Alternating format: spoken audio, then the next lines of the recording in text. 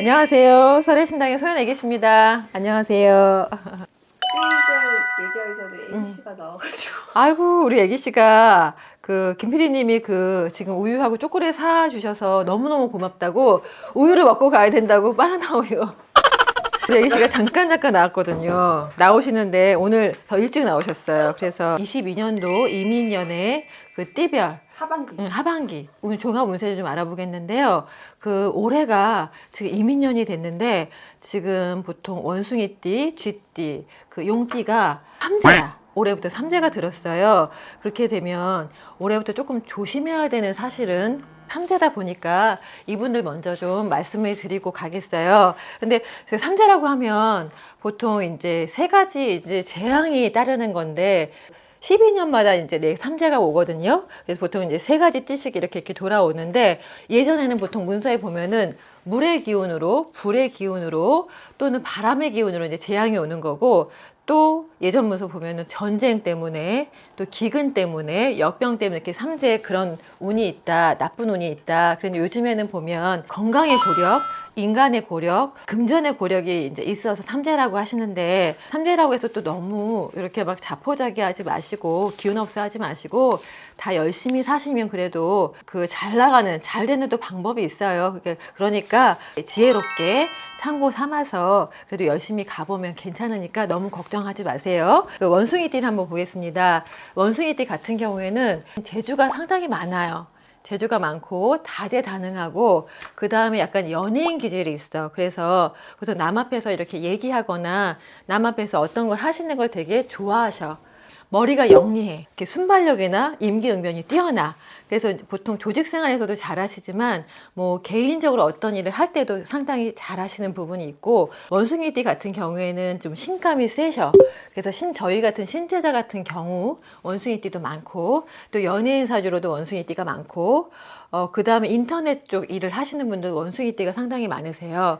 말솜씨도 좋고 순발력도 많고 재치도 많고 약간 막내 같은 기분이 들어. 약간 애교도 많고 응화 같은 것도 잘 시키긴 하는데 약간 막내 기질이 있다 보니까 조금 뭐라 그럴까 이기적인 면도 있어. 약간 자기 거 잘 챙기고 이기적인 면도 있어서 그런 부분도 있고 남 앞에서 이제 말하기 좋아하고 또 사람도 좋아하고 또 외로움도 많이 타고 하다 보니까 원숭이띠는 올해 삼재를 맞이해서 조금 말실수라든가 언변에 따라서 뭐 구설수 이런 부분에서 좀 조심하시는 게 좋아요. 이제 상대방 조금만 말이어도 그게 발전이 돼서 뭐 관제구설이나 통사라든가 이런 부분으로 또 발전이 될 수 있으니까 항상 그런 부분은 조심하셔서 조금 과묵하게 가시고 남의 일에 오지랖이 넓어. 약간 오지랖이 넓어서 잘 이렇게 참견하시다가 오해를 받으실 수 있으시니까 그런 부분은 조금 주의하고 가시면 좋겠습니다. 31살 임신년인데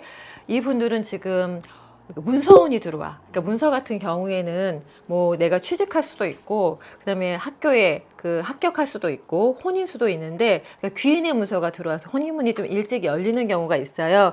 그래도 원숭이 같은 경우는 지금 삼재라고 하는데 삼재도 악삼재만 있는 건 아닌데 뭐 복삼재도 있긴 한데 원숭이는 그렇게 복삼재의 기운은 사실은 아니야. 그래서 지금 혼인되는 이제 새로운 인연이 들어온다고 했을 때는 그럼 신당의 선생님들하고 한번 의논해 보셔서 궁합 정도는 보시고 그런 혼인의 부분을 결정하시는 게 좋고요. 그 다음에 93살 경신생의 경우에는 원숭이띠라고 해도 그렇게 막 나쁜 수는 아니야. 금전이라든가 재물이 좀 상승할 수 있는 기운이 들어가는데 문서가 들어온다 그러죠. 내가 재물이 상승하거나 금전이 상승하거나 일을 하거나 그래서 그 부분에 뭐 계약을 따내거나 이런 것도 사실은 문서거든. 어떤 식으로든지 금전이 들어오는 경우에 약간의 몸으로 칠 수가 있어. 그렇기 때문에 그런 부분은 이제 같이 이런 부분은 기룡도 들어오고 흉운도 들어오기 때문에 그런 부분도 한번 조심해서 넘어가시는 게 좋습니다. 55세 무신생의 경우에는 사실 이제 여태 동안 내가 건강하다라고 살았어. 건강 하나만 믿고 사셨는데 사실 55세 무신생으로는 약간 몸수로 이제 건강수로 칠 수 있는 그런 수준이시거든요. 그래서 건강을 좀 조심해야 되기 때문에 건강검진을 많이 받으셔야 되는 나이니까 이 시기에 한번 건강검진 귀찮다고 또 돈이 좀 들어간다고 해서 미루지 마시고 꼭 검진 받아보셔서 뇌혈관이나 아니면 말초혈관이나 또 심혈관 질환의 그런 순환기 계통에 그런 부분에 조금 문제가 있거나 이상이 있을 수 있으시니까 모든 거는 다 호미로 막을 거 가래로 막지 말라 그랬어요. 그러니까 애초부터 잘 검진을 받으셔서 그런 부분에 조금 어려움 당하지 건강에 그런 고력이 겪지 않도록 조금 주의하시는 게 좋습니다. 그리고 이분의 그 원숭이띠 해운년을 보면 그 큰 문서를 잡으라는 운이셔. 이제 큰 문서를 잡고 조금만 부동산을 갖고 있었다 하더라도 부동산의 이동도 있고 자식에 보면 혼인수도 들어와. 혼인수도 들어와서 내 자손이 좀 늘어나라는 해운년이거든요.